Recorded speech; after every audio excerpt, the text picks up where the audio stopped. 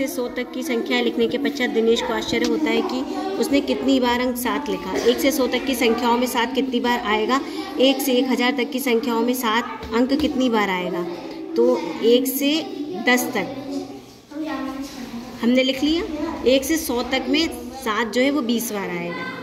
तो 1 से 1000 तक तो हर 100 में 20 बार आएगा, तो ये हो जाएगा 200 बार। कितनी बार?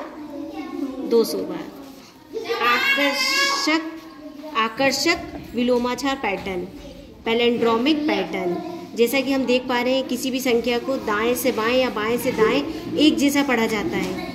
तो इस प्रकार की संख्याओं को पैलेंड्रोमिक या पैलेंड्रोमिक संख्याएं विलोमाचार पैटर्न कहते हैं।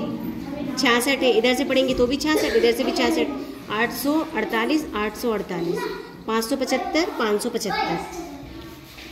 1, 2, 3 अंकों का प्रयोग करते हुए पैलेंड्रोमिक संख्याएं, ये संख्याएं दी हुई है हमें। संख्या को पलट सकते हैं। किसी भी संख्या को पैलेंड्रोमिक बनाने के लिए संख्या और उसको पलट दिया, और पलटने के बाद दोनों को जोड़ दिया तो हमें विलोमाचार या पैलेंड्रोमिक संख्या प्राप्त होती है। जैसे 29 है, 29 को 92 लिखा, दोनों को जोड़ दिया। 48, 84 लिखा, दोनों को जोड़ दिया। 76 को 67 लिख के दोनों को जोड़ दिया। तो ये हमें जो संख्या प्राप्त होगी, नहीं हुई तो इसको दोबारा से हम उल्टा लिखेंगे, जोड़ देंगे, तो अब ये मिल गई। ये भी नहीं हुआ था विलोमाचार, फिर इसको उल्टा किया, दोनों को जोड़ दिया, तो ये हमें मिल गई विलोमाचार पैटर्न या पैलेंड्रोमिक संख्याएं। की संख्या से शुरू करके क्या संख्या और उसके अंकों को पलटने से प्राप्त प्रतिलोम को पुनः योग करके पैलेंड्रोमिक ही प्राप्त होता है? खोजिए और ज्ञात कीजिए। हाँ, बिल्कुल प्राप्त होता है। जैसे कि मान लीजिए 23 है और 32, जब जोड़ेंगे तो 3 2 5 और 3 2 5। इधर से पढ़ो तो 55, इधर से पढ़ो तो 55। एक पहेली है, मैं 5 अंकों का एक पैलेंड्रोम हूँ, एक विषम संख्या हूँ, मेरा दहाई अंक इकाई अंक से दोगुना है, मेरा सैकड़े का अंक दहाई के अंक से दोगुना है, मैं कौन हूँ? तो ये जो है हमें इसे शब्दों में लिखना है। तो ये ऐसी संख्या नहीं बन पाएगी। क्यों नहीं बन पाएगी? क्योंकि इकाई का अंक मान लीजिए 3 है, दहाई का अंक उससे दुगना 6 और सैकड़े का अंक दहाई से दुगना, तो ये हो जाएगा 12, जो कि यहाँ नहीं आएगा, यहाँ तो 1 अंक आएगी, इसलिए इस प्रकार की संख्या संभव नहीं है। अगला है कापरेकर की जादुई संख्या। कापरेकर की जादुई संख्या, तो कापरेकर जो थे D.R. कापरेकर महाराष्ट्र के देवलाली में एक सरकारी स्कूल में गणित के अध्यापक थे। उन्होंने संख्याओं के साथ खेलना बहुत पसंद था। उन्होंने संख्याओं के बहुत से आकर्षक पैटर्न खोजे जो पहले ज्ञात नहीं थे। 1949 में जब वह 4 अंकों की संख्याओं के साथ खेल रहे थे तो खेल खेल में उन्होंने एक जादुई तथ्य खोजा। निम्नलिखित चरणों का उपयोग करते हुए स्वयं इस जादू का अनुभव कीजिए। इस 4 अंकों की संख्या को 6382 लीजिए। एक 4 अंकों की संख्या लेंगे, फिर इस अंकों को सबसे बड़ी संख्या बनाएंगे। इस 4 अंकों से एक बड़ी संख्या बनाएंगे और एक छोटी संख्या बनाएंगे, फिर उन दोनों को घटाएंगे। तो या तो हमें कापरेकर जादुई संख्या प्राप्त होगी या फिर हम दोबारा से इस प्रोसेस को दोहराएंगे। जैसे कि ये संख्या है, ये 4 अंक थे, इसकी बड़ी संख्या बनाई हमने और इसकी छोटी संख्या, बड़ी से छोटी को घटाया, ये आया। फिर इसको हमने एक बड़ी संख्या बनाई इन 4 अंकों से और एक छोटी संख्या बनाई, दोनों को घटाया तो हमें ये प्राप्त हुआ। फिर इन 4 अंकों से हमने एक बड़ी संख्या बनाई और एक छोटी संख्या बनाई, बड़ी संख्या से छोटी संख्या घटाई तो 6174 6174 जो प्राप्त हुआ हमें 4 अंकों की कोई अन्य संख्या लेकर इन चरणों का अनुसरण करके प्रयास कीजिए, पता लगाइए कि क्या होता है। आपने मित्रों के साथ जांच कीजिए कि उन्होंने क्या संख्या प्राप्त की। कहने का ये मतलब है कि ये जो हमने संख्या लाए हैं, प्राप्त किया है, ये संख्या हम जब प्राप्त कर लेते हैं तो इसे बोलते हैं, ये जादुई संख्या है 6174। इसे कापरेकर स्थिरांक भी कहा जाता है। इसे क्या बोलते हैं? कापरेकर स्थिरांक। मतलब हम कोई भी 4 अंकों की बड़ी से बड़ी संख्या लेके उससे बड़ी संख्या और छोटी बना के घटाएंगे और ये प्रक्रिया जब तक दोहराएंगे जब तक ये संख्या प्राप्त ना हो जाए, तो ये संख्या जो प्राप्त होती है इसे हम बोलते हैं कापरेकर स्थिरांक कहते हैं। ये एक संख्या है जो हमें प्राप्त होती है। यह सामान्यतः 12 घंटे वाली घड़ी में समयों में पैटर्न दिखाई देता है। उदाहरण के लिए 4:44, 10:10, 12:21। तो हम इधर से पढ़ें या इधर से पढ़ें, एक जैसा होगा। 12 घंटे की घड़ी में इस प्रकार के सभी संभव समयों को ज्ञात करने का प्रयास कीजिए। मनीष का जन्मदिन 20 दिसंबर 2012 है। जब हम इसको इधर से पढ़ेंगे तो भी ऐसे ही पढ़ा जाएगा, 12 दिसंबर 2012। अंक 2, 0, 1, 2 इसी क्रम में दोहराए जाते हैं। बीते समय में इस प्रकार की कुछ अन्य तिथियों को ज्ञात कीजिए। जैसे मेघना का जन्मदिन है 11/2/2011, इधर से पढ़ेंगे तो भी 11/2/2011। बाएं से दाएं और दाएं से बाएं एक जैसा पढ़ा जाता है।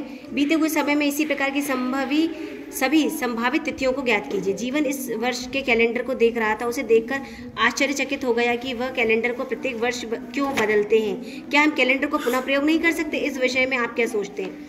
आपने ध्यान दिया होगा कि पिछले वर्ष का कैलेंडर इस वर्ष के कैलेंडर से अलग था। इस प्रकार अगले वर्ष का कैलेंडर भी पिछले वर्ष के कैलेंडर से अलग था। लेकिन क्या किसी वर्ष का कैलेंडर कुछ वर्षों बाद दोहराया जाएगा? क्या किसी वर्ष की सभी तिथियां और दिन ठीक किसी दूसरे वर्ष के कैलेंडर के साथ पूर्णतः मेल खाएंगे? पहला प्रश्न है, प्रतिभा अंकों को 4, 7, 3 और 2 का उपयोग करके 4 अंकों की सबसे बड़ी संख्या ये बनाई, सबसे छोटी संख्या ये बनाई, दोनों का अंतर ये किया, दोनों संख्याओं का योगफल ये है, दोनों को घटाया तो ये और जोड़ा तो ये। निम्नलिखित कथनों को हल करने के लिए 4 अंकों को चुनिए। अब हम 4 अंकों को चुनेंगे। ऐसी संख्या चुनना है जिसकी सबसे बड़ी, जो दोनों का अंतर है वो इससे ज़्यादा हो और जो दोनों का अंतर हो वो इससे कम हो। तो ऐसा संभव नहीं है, ये गलत है, ऐसा नहीं। प्रश्न है, सबसे बड़ी संख्या सबसे छोटी संख्या योगफल 7779 से अधिक हो। सबसे बड़ी तथा सबसे छोटी संख्या का योगफल 7779 से कम हो। तो ये संभव नहीं है, ये गलत है। अगला प्रश्न है, 5 अंकों के सबसे बड़े तथा सबसे छोटे पैलिंड्रोम विलोमाचार का योगफल क्या होगा? उनका अंतर क्या होगा? सबसे छोटा 5 अंकों का पैलिंड्रोम जो संख्या है सबसे छोटी वो है 1000, 10001, सबसे छोटी संख्या है ये। पैलिंड्रोमिक का मतलब होता है इधर से पढ़े या इधर से पढ़े समान होना चाहिए। और ये सबसे छोटी है और सबसे बड़ी संख्या है 99,999। इधर से पढ़ेंगे तो भी 99,999। दोनों का योगफल हमने किया तो ये प्राप्त हुआ, दोनों का अंतर किया तो ये प्राप्त हुआ। तो हमें 5 अंकों की छोटी और बड़ी पैलिंड्रोमिक संख्या का योगफल और अंतर ज्ञात करना था, जो कि ये है। में 10:01 हैं। कितने मिनट लगेंगे जब तक की घड़ी अगला पैलिंड्रोम दिखाती है? इस पैलिंड्रोम के बाद आप अगले के बारे में क्या कहेंगे? समय है 10:01। अगला पैलिंड्रोम 11:11। 10:01 के बाद अगला जो पैलिंड्रोम है वो 11:11 होगा। मतलब ये टाइम को हम इधर से और इधर से दोनों तरफ से पढ़ रहे थे तो समान थे। तो इसके बाद कौन सा समय होगा जब हम दोनों तरफ से पढ़ेंगे तो समान होगा? तो वो है 11:11। 5683 को कापरेकर स्थिरांक तक पहुंचने की प्रक्रिया में कितने चरण लगेंगे? देखिए, 4 अंकों की संख्या को हम सबसे बड़ी संख्या लेंगे और उसी अंकों की छोटी संख्या, दोनों को घटाएंगे, हमें वो संख्या प्राप्त हुई जो कि कापरेकर स्थिरांक है। तो हम दोबारा से ये जो प्राप्त हुआ है इसको बड़ी संख्या बनाएंगे, एक छोटी बनाएंगे, घटाएंगे, हमें ये संख्या प्राप्त हुई। 2 चरण हो गए। इसके बाद ये जो हमें प्राप्त हुआ है इससे बड़ी संख्या बनाएंगे, छोटी संख्या बनाएंगे, दोनों का अंतर ज्ञात करेंगे। जो हमें कापरेकर स्थिरांक प्राप्त अभी भी नहीं हुआ, उससे बड़ी संख्या बनाएंगे, छोटी बनाएंगे, दोनों का अंतर ज्ञात करेंगे, जो कि कापरेकर स्थिरांक नहीं है। ये जो हमें प्राप्त हुआ है इससे बड़ी संख्या बनाई, छोटी बनाई, दोनों का अंतर ज्ञात किया। ये जो प्राप्त हुआ है इससे बड़ी संख्या बनाई, छोटी बनाई, दोनों का अंतर ज्ञात किया। पुनः हमने बड़ी संख्या बनाई, छोटी बनाई, दोनों का अंतर ज्ञात किया।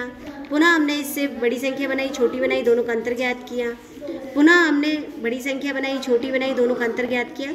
तो हमें 7173 7173 प्राप्त हुआ। संख्या प्राप्त हुई थी उससे हमने बड़ी संख्या अवरोही क्रम में और आरोही क्रम में उसका अंतर घटाए तो ये प्राप्त हुआ। जो संख्या प्राप्त हुई है इसे पुनः अवरोही क्रम में रख के बड़ी संख्या बनाई, आरोही क्रम में रख के छोटी संख्या बनाई, दोनों का अंतर ज्ञात किया। जो ये संख्या प्राप्त हुई है इसको पुनः हमने अवरोही क्रम में रख के बड़ी संख्या बनाई, आरोही क्रम में रख के छोटी संख्या बनाई, दोनों का अंतर ज्ञात किया। पुनः हमने ये जो संख्या प्राप्त हुई है इसको अवरोही क्रम में रख के बड़ी संख्या बनाई, आरोही क्रम में रख के छोटी संख्या बनाई, दोनों का अंतर ज्ञात किया। 6174 जो कि कापरेकर स्थिरांक है, हमें ये 13 चरणों में प्राप्त हुआ है। तो इसका उत्तर होगा 13 चरणों में प्राप्त।